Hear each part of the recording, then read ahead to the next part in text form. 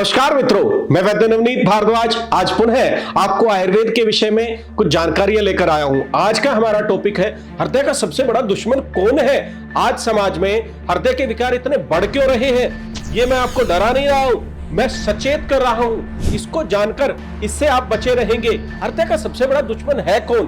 Cholesterol. Cholesterol ही एक ऐसा मात्र है जो आपके हृदय को कमजोर किए जा रहा है। वर्ल्ड हेल्थ ऑर्गेनाइजेशन ने भी ये रिसर्च में पाया है कि भारतवर्ष या पूरे विश्व भर में कोलेस्ट्रॉल ही एक हार्ट अटैक का मुख्य कारण बन रहा है। वैसे तो भिन्न भिन्न कारण होते हैं, जैसे स्मोकिंग, स्पोर्ट्स ना खेलना, कॉर्पोरेट कल्चर के दौरान भोजन करते रहना, यह भी एक कारण बन रहा है। आइए जानते हैं कि कोलेस्ट्रॉल क्या होता है, कैसे बढ़ता है, किन किन कारणों से इससे बचा जा सकता है।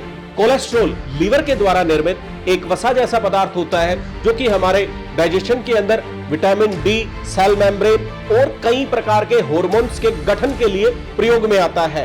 कोलेस्ट्रॉल अघुलनशील होता है, वसा के समान होता है।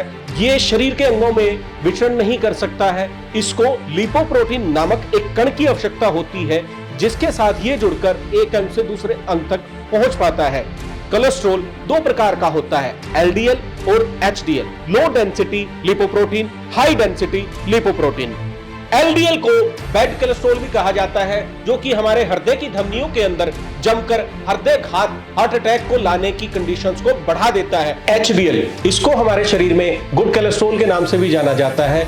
ये हमारे शरीर में बढ़े हुए कोलेस्ट्रॉल को कम करने के लिए भी हेल्पफुल होता है। बढ़े हुए कोलेस्ट्रॉल को लीवर के अंदर ले जाता है, फिर लीवर में वो टूट कर बाहर निकाल दिया जाता है। अब जानते हैं कोलेस्ट्रॉल के बढ़ने के लक्षण क्या होते हैं। कोलेस्ट्रॉल बढ़ने के कई कारण हो सकते हैं। अनहेल्दी डाइट, जिनमें से एक कारण है पोषक तत्वों की कमी आपके आहार के अंदर होना, ज्यादा स्ट्रेस लेना, ज्यादा मात्रा में डेयरी प्रोडक्ट्स का सेवन करना।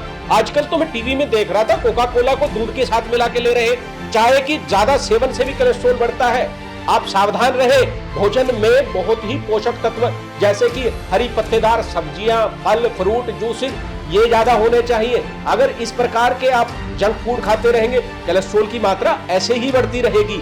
लिपिड प्रोफाइल टेस्ट के अंदर कोलेस्ट्रॉल का सामान्य लेवल क्या माना गया है? 200 मिलीग्राम पर डेसीलीटर इसका माना गया है। लेकिन अगर आपकी जांच में 150 मिलीग्राम पर डेसीलीटर भी है या उससे ऊपर है तो सतर्क हो जाए। ये भी एक घंटी बजा रहा है, कहीं ना कहीं आपको हृदय की समस्या या आपके शरीर के किन्हीं अन्य अंगों के साथ भी ये खिलवाड़ कर सकता है। अगर 150 से ज्यादा या 200 से ज्यादा हो जाता है, तुरंत प्रभाव से डॉक्टर से मिल लीजिए, अपने आयुर्वेदिक वैद्य से मिल लीजिए। अगर आप अब भी नहीं सुधरे तो कहीं ना कहीं आपका किसी बड़े रोग के साथ सामना हो सकता है। अगर आप हृदय संबंधित ऐसी ही जानकारी हमसे निरंतर पाना चाहते हैं तो दिए गए नंबर पर संपर्क करके अपने रोगों का निवारण पा सकते हैं। सामान्य जीवन में बदलाव लाकर भी हृदय रोगों से बचा जा सकता है, हृदय रोगों को रिवर्स किया जा सकता है।